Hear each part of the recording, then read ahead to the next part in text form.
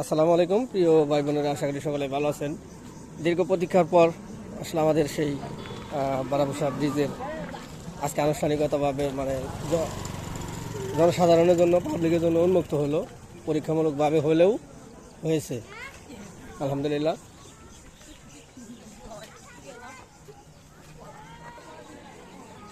আচ্ছা দিমনি,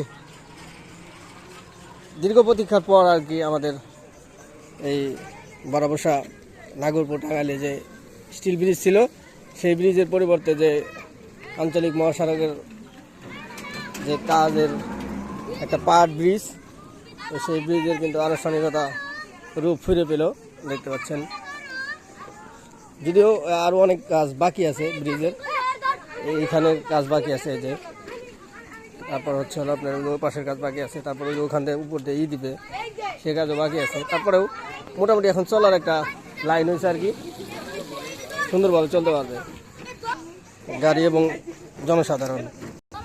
আমার যারা অডিয়েন্স আছেন তারা কিন্তু অবগত আছেন যে গত রমজান অর্থাৎ এই যে পূর্বে যে ঈদ গেল, সেই ঈদে কিন্তু এখানে একটা অনাকাঙ্ক্ষিত ঘটনা ঘটছিল। বাস অ্যাক্সিডেন্টে বেশ কয়েকটা বার সমস্যা হয়েছে, ফাইসা গেছে বাস, এইখানে ঘুরে না বড় বড় বাসগুলা। সেই ভিডিও আমরা পোস্ট করছি, অনেক সমস্যা হয়েছিল, যানজট সৃষ্টি হয়েছিল। সেই যানজট এখন আর হবে না ইনশাল্লাহ, আপনার একেবারে চলার উপযোগী হয়ে গেছে।